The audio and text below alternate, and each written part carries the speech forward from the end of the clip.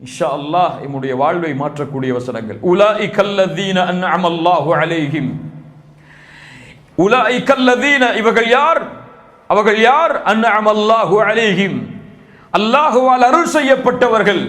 யாரிலிருந்தெல்லாம், மினன் நபியீன் நபிமார்களிடமிருந்து, மின் துர்ரியத்தி ஆதம் ஆதமுடைய சந்ததியிலிருந்து, வமிம்மன் ஹமல்னா மஅ நூஹ் நூஹ் கப்பலில் சுமந்த கூட்டத்துடைய சந்ததியிலிருந்து, வமின் துர்ரியத்தி இப்ராஹிம் இப்ராஹிமின் சந்ததியிலிருந்து, வ இஸ்ராயீல் இஸ்ராயீலின் சந்ததியிலிருந்து, வமிம்மன் ஹதைனா வஜ்தபைனா யாருக்கெல்லாம் நாம் நேர்வழி அளித்தோமோ, யாரையெல்லாம் நாம் தேர்ந்தெடுத்தோமோ, ஆதமிலிருந்து கடைசி சமூகம் வரை இருக்கக்கூடிய எல்லா முஃமின்களுடைய தன்மையையும் அல்லாஹ் சொல்லுகிறான்.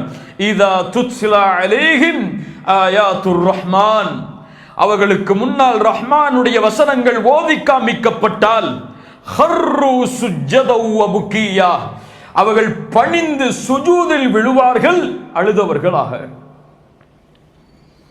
என்ன செய்யப்பட்டால்,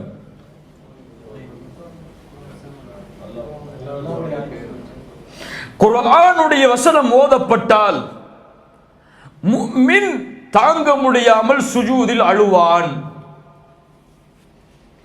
இன்றைக்காவது நினைவு இருக்கிறதா, கியாமுல் லைலிலே இமாம் துவாவை தவிர இன்றைக்காவது நாம் அழுத நிகழ்வு குர்ஆனை ஓதி யாருக்காவது நினைவு இருக்கிறதா? சுப்ஹானல்லாஹ். அல்லாஹ்வுடைய தூதர் சொன்னார்கள், அல்லாஹ்விற்காக அழக்கூடிய அழுகை நரகத்திலிருந்து ஒருவரை பாதுகாக்கும். இந்த கண்ணீர் சொட்டுகள் நரகத்திலிருந்து அவரை பாதுகாக்கும். அல்லாஹ்வுடைய தூதர் சொன்னார்கள், அர்ஷின் நிழலில் 7 பேருக்கு நிழல், அதிலே ஒருவர் ரஜுலுன் ذكرல்லாஹ خاليا ففاضت عينا, தனிமையில் இருந்து அல்லாஹ்வை நினைத்தால் அழுவார். ஒரு முஃமினை தனிமை அறையில் செலுத்தினால் அல்லாஹ்விடத்திலே அழுவான். ஒரு முஃமின் அல்லாதவனை தனிமை அறையில் செலுத்தினால் பாவங்களை செய்வான். நஃப்சுல் முத்மஇன்னாவை சுமப்பவர்களை தனிமை அறையில் செலுத்தினால் அல்லாஹ்வுடைய அருட்கொடையால் அழுவான். நஃப்சுல் முத்மஇன்னாவை சுமக்காதவர்களை தனிமை அறையில் செலுத்தினால் பாவங்களை செய்வான். அல்லாஹ்வுடைய தூதர் குர்ஆனை ஓதி அழுத நிகழ்வுகள் ஏராளம். இப்னு மஸ்ஊதே குர்ஆனை ஓது. இப்னு மஸ்ஊத் சொன்னார்கள், அல்லாஹ்வுடைய தூதரே, குர்ஆன் உங்களுக்கு இறக்கப்பட்டது, நான் எப்படி ஓதுவது? பிறர் ஓதுவதை நான் கேட்க விரும்புகிறேன். இப்னு மஸ்ஊதை ஓதினார்கள் சூரத்து நிசாவுடைய வசனங்களை. வந்தது ஒரு வசனம், அழுதார்கள். நபியே, நாளை மறுமையில் ஒவ்வொரு சமூகத்திடமிருந்தும் சாட்சியாளர்களை கொண்டு வந்து உங்களை உங்களுடைய சமூகத்திற்கு சாட்சியாளராக ஆக்கும் பொழுது எப்படி இருக்கும்? பொறுப்பை உணர்ந்து தூதர் அழுதார்கள். அல்லாஹ்வுடைய தூதர் ஆயிஷா ரலியல்லாஹு அன்ஹா அவரிடத்தில் அனுமதி கேட்டார்கள். ஒரு இரவில், ஆயிஷா, என்னை விட்டுவிடு, அல்லாஹ்வை நான் வணங்க வேண்டும். இந்த இரவு என்னிலிருந்து கொஞ்சம் ஒதுங்கி விடு, அல்லாஹ்வை வணங்க வேண்டும். நின்றார்கள். நின்று ஓதினார்கள் குர்ஆனை. அழுதார்கள்.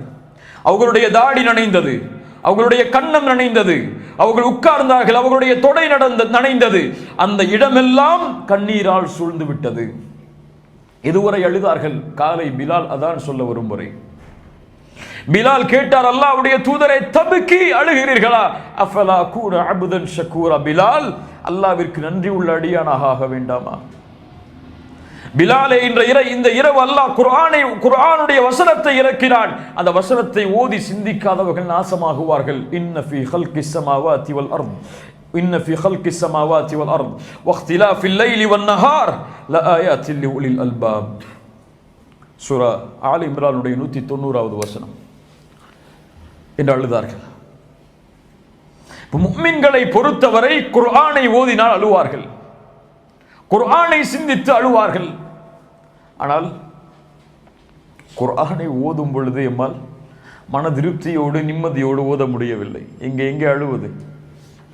ஒரு பக்கத்தை ஓதுனாலே நாக்கெல்லாம் வலிக்க ஆரம்பிச்சிருது.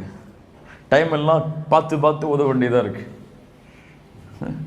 அல்லது பரக்கத்துக்காக சூரத்துல் வாக்கியா, சூரத்துல் ரஹ்மான், சூரத்துல் முல்க், சூரத்துல் நாஸ்னு ஜின்கிட்ட ஷைத்தான்கிட்ட பாதுகாப்புறதுக்காக குர்ஆனை ஓதக்கூடிய பலர் இல்ல மாஷா அல்லாஹ் எம்மிடத்தில் இருக்கிறார். அல்லாஹ் பாதுகாத்தவர்களை தவிர. தன் வாழ்வை மாற்றுவதற்காக ரஹ்மானுடைய எச்சரிக்கைகளை நினைப்பதற்காக, அல்லாஹ் தனக்கு செய்த அருளை நினைத்து அழுவதற்காக குர்ஆனை ஓதக்கூடியவர்கள் எத்துணை பேர்? குர்ஆனை ஓதும் போது அழக்கூடிய முஸ்லிம்கள் எத்துணை பேர்? மிக குறைவு.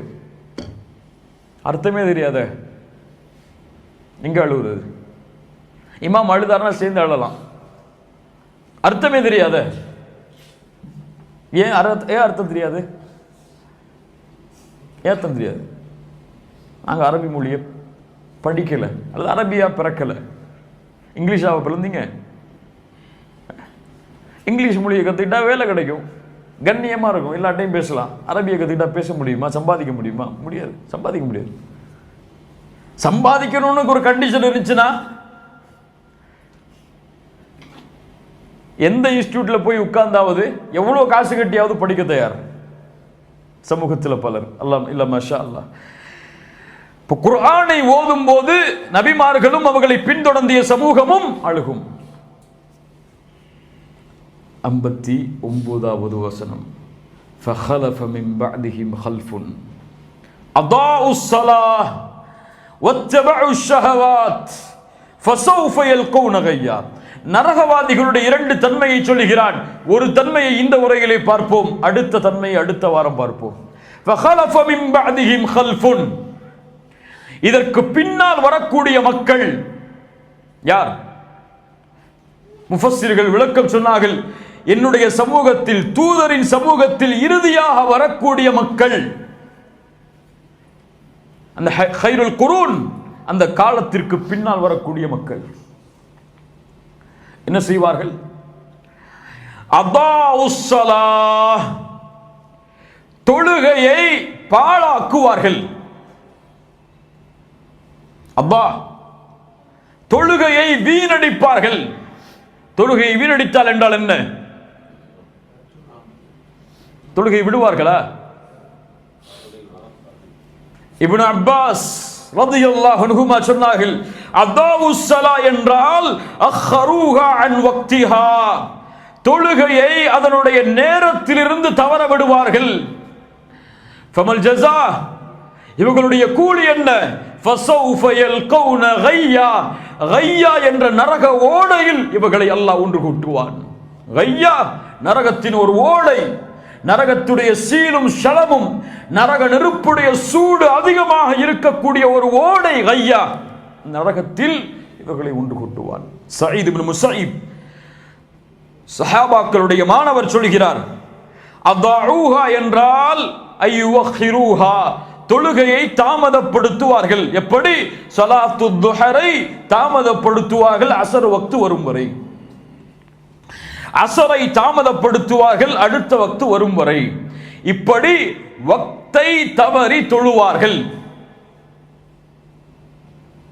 ஃபமல் ஜஸா, கூலி என்ன? கூலி என்ன? கையா என்ற நரகம். அல்லாஹ்வுடைய தூதரிடத்திலே சஅத் இப்னு அபி வக்காஸ் கேட்டார்கள். சஅத் அவர்கள் கேட்டார்கள், அல்லாஹ்வுடைய தூதரே, அல்லதீன ஹும் அன் ஸலாத்திஹிம் சாஹூன், தொழுகையிலிருந்து புறமுகம், தொழுகையிலிருந்து பொடுபோக்காக இருப்பார்கள் என்று அல்லாஹ் கூறுகிறானே, இவர்கள் யார்? தூதர் சொன்னார்கள், ஹுமுல்லதீன யுஅഖிரூன ஸலாத அன் வக்திஹா, இவர்கள் யார் என்றால் இவர்கள் தொழுகையுடைய நேரத்தை தாமதப்படுத்துவார்கள். யார் சொன்ன விளக்கம்? முஹம்மது ரசூலுல்லாஹ் ஸல்லல்லாஹு அலைஹி வஸல்லம். இவர்கள் யார்?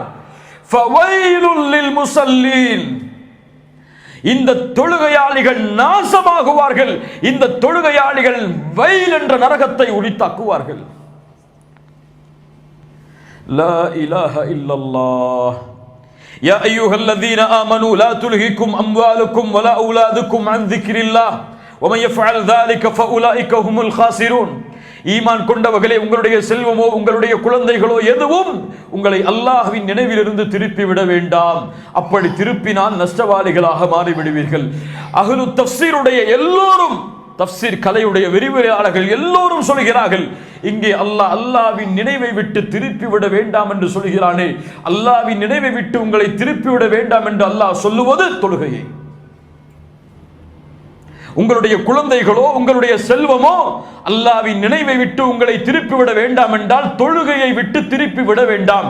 தொழுகையை விட்டு உங்களுடைய செல்வம், உங்களுடைய வியாபாரம், உங்களுடைய குழந்தை, உங்களுடைய குடும்பம் உங்களை திருப்பினால் நஷ்டவாளிகளாக மாறிவிடுவீர்கள். அல்லாஹு அக்பர். யோசித்து பாருங்கள். தொழுகையை விடுபவர்களை சிந்தித்து பாருங்கள். தொழுகையை தாமதப்படுத்துபவர்களை சிந்தித்து பாருங்கள். தொழுகையை தாமதப்படுத்தினாலே ஒயில் என்ற நரகம், கையா என்ற நரக ஓடை, சக்கர் என்ற நரகம் அவர்களுக்கு உரித்தாகும் என்றால் தொழுகையை தவறவிட்டால் என்ன கதி?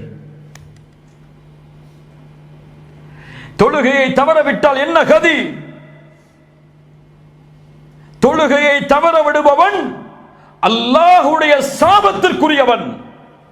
கேட்டுக்கொள்ளட்டும் இந்த சமூகத்துடைய வாலிபர்கள், கேட்டுக்கொள்ளட்டும் இந்த சமூகத்துடைய பெண்கள், கேட்டுக்கொள்ளட்டும் இந்த சமூகத்திலே 10 வயதை கடந்த எல்லோரும்.